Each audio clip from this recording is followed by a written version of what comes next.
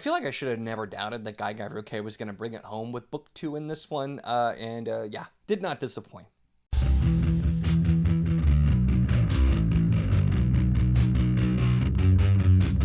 Hello and welcome to my channel. In this video, we're going to be talking about the Sarantine Mosaic. This is book 2, Lord of Emperors. The first book is Sailing to Sarantine, and I did that one mostly on ebook with a little bit of audio, and so I don't have a copy of it at this time, although I probably should get one.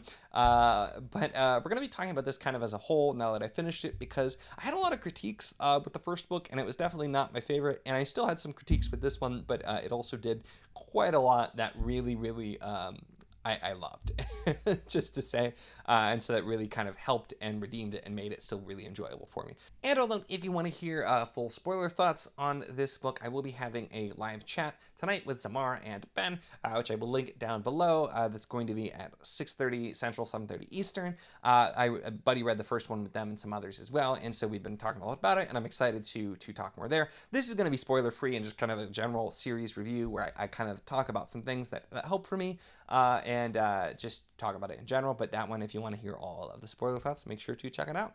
So let's talk about the Sarantine Mosaic. So this, I mentioned in the first one too, and this is based off of the poem Sailing to Byzantium. It does take place in that kind of Byzantine era, the Justinian era, the late Roman period. And there's a lot of historical parallels, which again, for me, since it was an area I was a little bit more familiar with, I do think still took away a little bit of the fantasy, even though there are some extra fantastical elements in this one than what we normally have.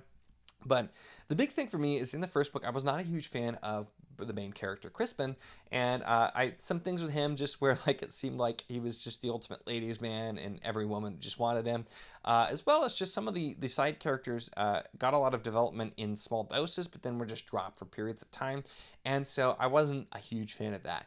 Now, even though I do think, and I think the first book actually stood pretty well on its own. I know several people commented when I had critiques. They're like, oh, it's only part 1, so, you're not going to get all the payoff. And I'm like, the lack of payoff is not my issue. I actually really liked the ending of the first one. I thought it was very fitting, and I think it could have been a standalone at that point, and my rating wouldn't have changed if that was a standalone, because I actually think it worked really well. But this book also, even though it's a book 2, it sets up some new plot lines, some new characters, including a Dr. Rustam, who's from kind of a more Persian background, and we get to see a different part of the world, we get to see a different culture, and I would have read a whole book just about him. So the new character and kind of the different focus, and the fact that Crispin is in book 2 a little bit less, still a main character, still very important, but I felt like we expanded out a little bit. That helped me a bit, because a lot of the things I feel like that, Crispin is a big part of probably why you're going to like or not like this book, and also like the chariot racing scenes, which I don't think were bad, but I just was not nearly as into as most others from talking in the Buddy Read group. For whatever reason, I wasn't a huge fan, but I really liked parts of, especially the conversation about art, and I think too in this book, we increase, there's a lot of those different conversations, and there's a lot of just the Guy Gavriel way of presenting a topic in just such a fascinating, such an amazing way, and just beautifully writing it. There's a passage in here where we're talking about like loss and like big events, and we're comparing a huge event to the world, to, the focus here, to just like events that might seem small in the grand scheme of things, but are just as momentous to the people that are living through them. And I think it's just such a beautiful way to look at it and discussion, because yeah, you might hear about some big tragedy that on a grand scale is obviously way bigger, but a personal tragedy to you is going to hit a lot closer to home, and is to you might be even bigger. And so just that kind of discussion on the different levels and the closeness you are to a tragedy, to a world event, I thought was fascinating. I absolutely loved.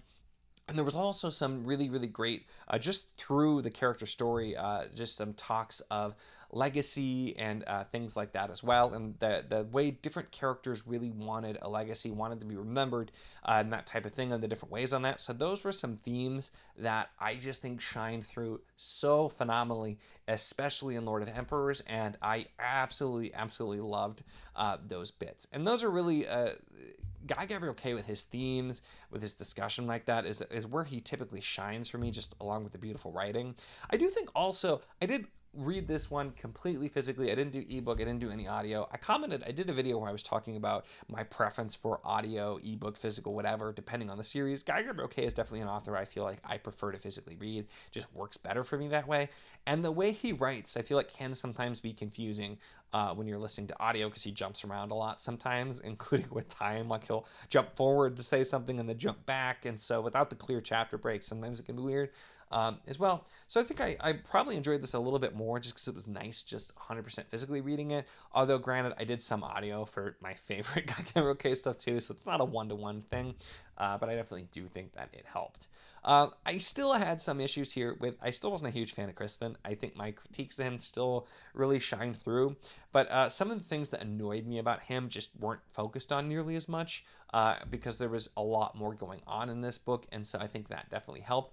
And the ending, I think, was beautiful, and then the epilogue, I also think, again, was beautiful, but the very ending, some of the things that specifically happened, I wasn't a huge fan of. It's not really the ending that I wanted, but I enjoyed so much about Lord of Emperors as a book, and as what it did, building on the things that were set up in the first one, that I didn't care too much, and I still really loved this book.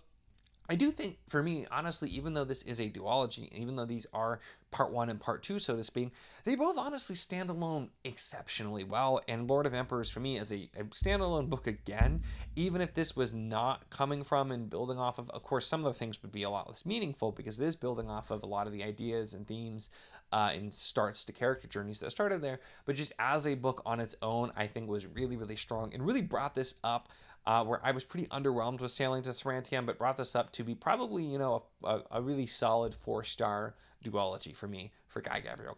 Guy Gardner is also kind of like graded on a curve against himself because it's even Sailing to Sarantine, which was not a very good Guy Gardner book for me personally, was still a really good book if I'm grading against non-Guy Gardner.